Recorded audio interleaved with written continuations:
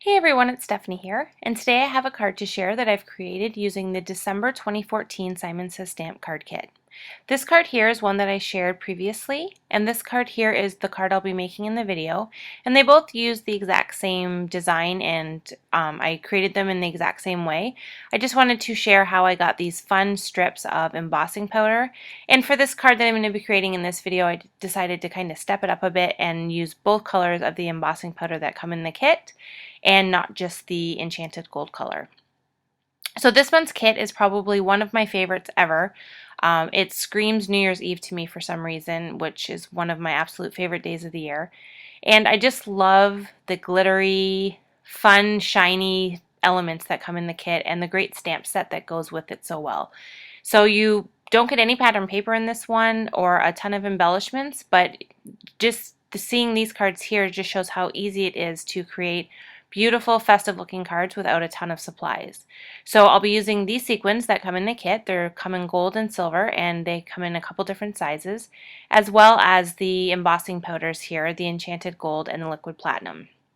And you're going to get both of those in this December card kit, which is pretty awesome.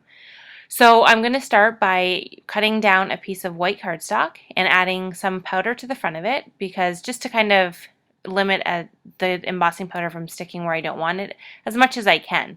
When I use the washi tape, it's going to make the areas where the washi tape a little bit sticky, so I'm going to have to brush off some embossing powder, and you'll see that later in the video, but it's not enough to worry about it. So it's no problem at all, and it comes off super easy before you heat emboss it.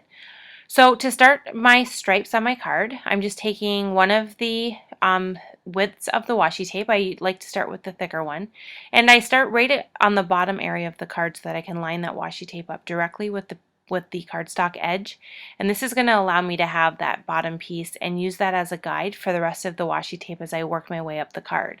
So I don't do any measuring or any ruler marks or anything like that. I just put the bottom piece on and then let that guide me as I move up.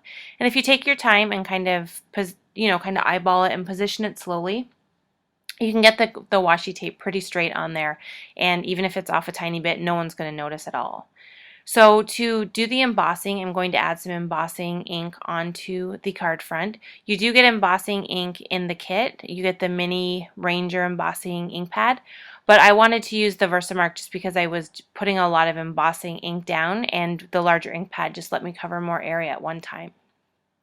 So I'm just going ahead and squishing this in really well. I want to make sure that all the areas in between the washi tape get fully covered in ink, and I'm making sure not to go too high up that I pass over that top piece of washi tape, because we only want the stripes on the middle area and the bottom area of the card front.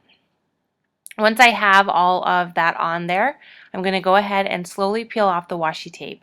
And if you kind of pull the washi tape right over top of itself and then slowly pull it away, you should have no issue and not tear the paper at all. And then you'll be left with these great strips of Versamark ink. You can kind of see that the shadow of it there in the video, but it's not too pronounced because it's a clear ink. But when we go ahead and add this embossing powder on top, you're going to definitely see exactly where we put all that ink on in between the washi tape strips. So this is the liquid platinum that I'm using here, and you can kind of see in the video as I tap that on that the areas where the washi tape was is kind of holding on to some of that embossing powder. But I just take a flat brush and then just slowly go in between each of the embossing area strips that we have and just slowly kind of brush that embossing powder away. You just want to make sure you do that before you do any of the heat embossing.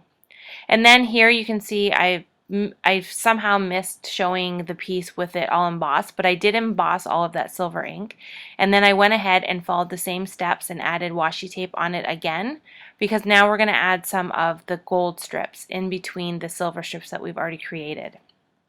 So I just heat embossed the silver, let it dry, and then added strips of washi tape onto the card front again, and just repeating the same process, adding the Versamark ink, and now peeling off that washi tape very slowly and making sure that I don't touch the areas where the Versamark ink is, because we don't want to remove any of the ink that we've added on there, so that we get a nice solid line of embossing powder when we add it onto the card. So now that I have all the washi pulled off, I'm going to repeat the same process. I'm going to take the Enchanted Gold embossing powder and I'm going to put that onto the card front in the exact same way. And you're going to see when I do that that we have some really great little strips of the gold embossing powder as well.